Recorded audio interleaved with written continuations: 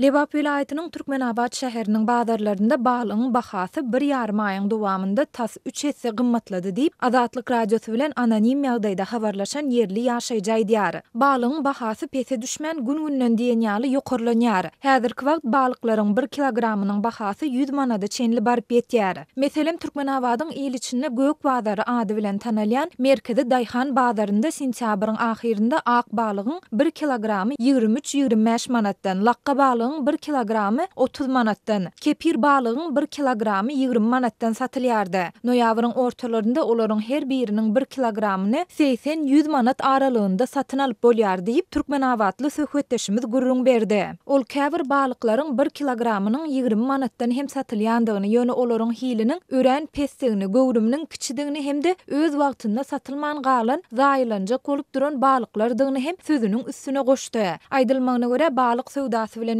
meşgullanýanlar ýa-da balykçylar bahalaryň birden tas 3 hesse ýokarlanmagynyň sebäplerini amy derýada we suw howdanlarynda balygyň azlygy bilen düşündirýärler. Balyklar köplenç tutulmaly däl wagtynda, ýagny ýumurtalaýan wagtynda tutulýar. Şeýle-de güýz aýlary owalardaky aryklary suw aktyrylýan mahaly hem täze çykan maýda balyklar gyrylýar. Bu zatlary talabalaýyk gözegçilik edilmeýändigini balykçylar aýdýarlar. Galyberse-de olar soňky döwürde Aşgabatdan gelen ýörite komissiýanyň Lewabyň gazojak we zeyt suw howdanlarynda balyk tutmaga ruhsat bermeýändigini aýdýarlar diýip Türkmenabadly ýaşaýjy gurrun berdi. Onuň sözlerine görä balygyň bahasynyň ýokarlanmagy netijesinde onuň söwdasy hem yaramazlaşdy. Adamlaryň aglawa böleginiň balyklary satyn almaga gurbu çatmaýar. Öňler söwda gowy bolýardy. Balyk arzan, müşteri köpdi. Häzir bolsa balyklar dur, adamlar alsalaram birini ikisini alýarlar. Geçmän galan balyklary kakadyp halas etjek bolýarys diýip Türkmenabadyň merkezi Daýhan bazarynda balyk söwdasy bilen meşgullanýan, özüni Arslan diýip tanıştyran Lewaply söwdegar aýdýar. Deňeşdirmek üçin aýsak, häzirki wagtda balygyň bahasy 1 kilogram süňsiz jylky sygyr etinden hem ortaça 2 hesse gymmat. Türkmenabadyň bazarlarynda süňsiz jylky sygyr etiniň 1 kilogramy 35-40, süňkli sygyr etiniň 1 kilogramy 30 manatdan satylýar. Balygyň bahasynyň sygyr ýa-da goýun etiniň bahasyndan da has gymmat bolmagy bilen bagly ýagdaýa soňky 10 ýyldan gowrak wagtyň dowamında ilkinji gezek duş else bolýar diýip Lewaply söhbetdeşimiz sözüni jemledi.